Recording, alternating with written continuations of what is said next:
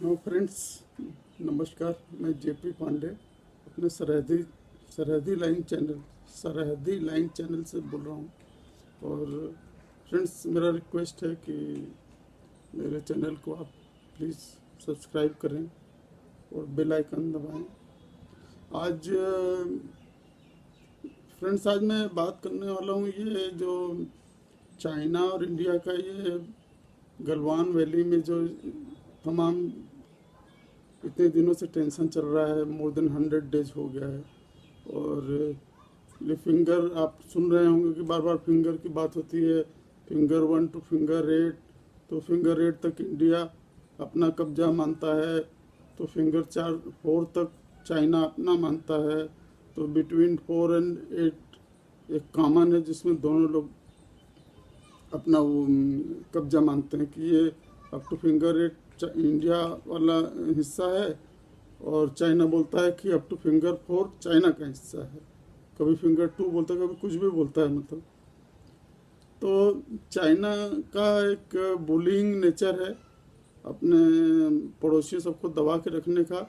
लेकिन आज शायद मेरे इंडियन फ्रेंड्स को अच्छा न लगे, लेकिन मैं माफ़ी चाहता हूँ, माजरत चाहता हूँ सबसे।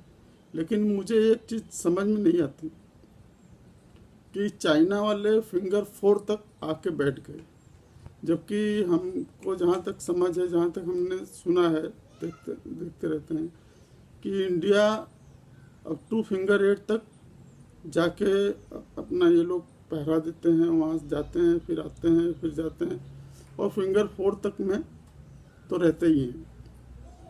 तो फिंगर चूँकि 4 to 8 जो है थोड़ा कंट्रोवर्सी है, तो फिंगर 8 तक जाके इंडिया की ट्रूप्स वापस आ जाती है, और चाइना वाले भी फिंगर 4 तक जाके फिर वापस चले जाते हैं अपना।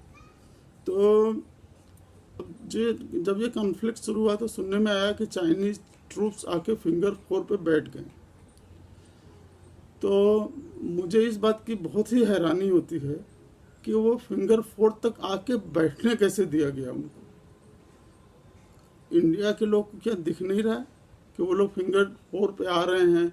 इतना सामान ऐसा तो नहीं आके खड़े हो गए, अरे वो लोग फिंगर 4 पे आके खड़े हो गए तो तुम भी जाके फिंगर 8 पे खड़े हो जाओगे, क्योंकि बराबरी का तभी तो होगा।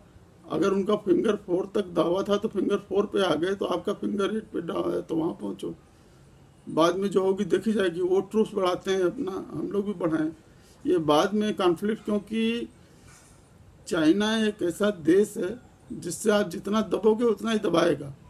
अब ये एलएसी पे पहले पास्ट में कभी कंप्रोमाइज़ किया गया इंडिया की तरफ से, तो उसका नतीजा है कि उनका मन बढ़ा रहता है, जब मर्जी आए ये सब करते रहते हैं, और आगे भी ऐसा ही होगा। अगर आज ये तो मोदी इतने तगड़े स्ट्रांग विल वाले प्राइम मिनिस्टर हैं कि ये कोई कंप्रोमाइज़ करने को तैयार ही नहीं है किसी तरह का। नहीं तो ये तो मुझे हमारी अपनी कमी लगती है कि वो लोग चाइना के लोग फिंगर 4 में आके इस तरह से बैठ कैसे गए। अपना इंफ्रास्ट्रक्चर वगैरह ये सब कैसे बनाने को अलाउ किया गया? शुरू में ही क्यों नहीं उनको रोका गया कि आप फिंगर 4 पे आके रुकेंगे तो हम भी जा रहे हैं फिंगर 8 पे अपना झंडा गाड़ देते हैं। तो इस तरह से अब आप वो जबरदस्ती एक जी का इस समय कोविड के कारण अलग ही परेशान है, और ऊपर से इस तरह का बॉर्डर का टेंशन, और ऊपर से पाकिस्तान एक अलग दुश्मन देश बगल में बैठा हुआ। तो इस तरह से मतलब कि ये चाइना को अब थोड़ा ऑफेंसिव होकर सबक सिखाने की, अरे जो होगी देखी जाएगी भाई। अभी इतना दब के इंडिया को रहने की ज़रूरत नहीं है भाई। आपके पास एटम बम है। चाइना की हिम्मत नहीं होनी चाहिए कि वो लद्दाख की तरफ वगैरह बुरी नज़र से देखे। और फिर एटम बम ठीक है, एटम बम आपको चलाने के लिए नहीं बनाया गया, लेकिन अगर वर्स्ट केस में अगर मरता क्या न करता वाली बात है, तो आप ऐसे तो अपने एरिया को चाइना को थोड़ी दे सकते हैं। तो इसमें इंडिया को अब आगे से सबक लेना चाहिए कि इस तरह से चाइना आगे आकर के बैठ गया वहाँ पे, अब वो पीछे जाए, ये करे वो करे, रोज रोज बात करना कि तुम पीछे जाओ तुम पीछे जाओ सब। तो उनको 8 पे आ गए तो आपको भी 4 पे आ गए तो आपको भी 8 में घुसना चाहिए था। बीच में 4 से 8 के बीच में दोनों साइड की फौजें रहती, अपना जो भी होता देखा जाता।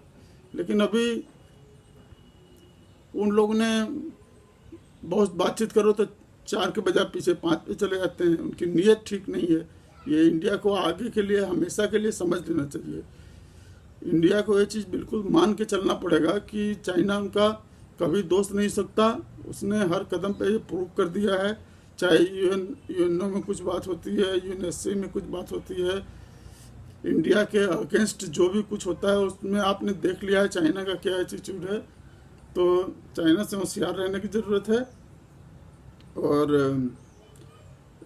आगे से ये चीज़ ध्यान देना पड़ेगा कि इस तरह चाइना वाले आके घुसें तो आप भी टिट फॉर टैट करना पड़ेगा। वो 1 कदम आते हैं, आप भी 2 कदम घुसो उनके अंदर, तभी उनको समझ में आएगा। 1.5 फुट के सब हैं और आंख बंद करके घूमते रहते हैं और उनसे इतना दबके रहने की क्या मतलब है। तो आगे से मेरा तो सरकार से यही रिक्वेस्ट है कि कभी इस तरह की स्थिति आने ही ना पाए। वो लोग जरा भी आगे बढ़े तो आप डबल आगे बढ़ो। Thank you friends, please subscribe my channel. और ये मेरे एक दिल की बात थी जो कहना चाह रहा था मैं, और किसी को ठीक न लगे तो क्षमा चाहते हैं। लेकिन ये सोचने की तो बात है ही है कि हर जगह वो लोग जो बफर लाइन है उसमें घुस के वो बैठ कैसे सकते हैं। तो बफर लाइन में आप भी घुस के बैठिए, फिर सामने सामने बैठ जाइए, फिर जो होगी देखी जाएगी। इतना दब के रहने का समय चला गया। Thank you.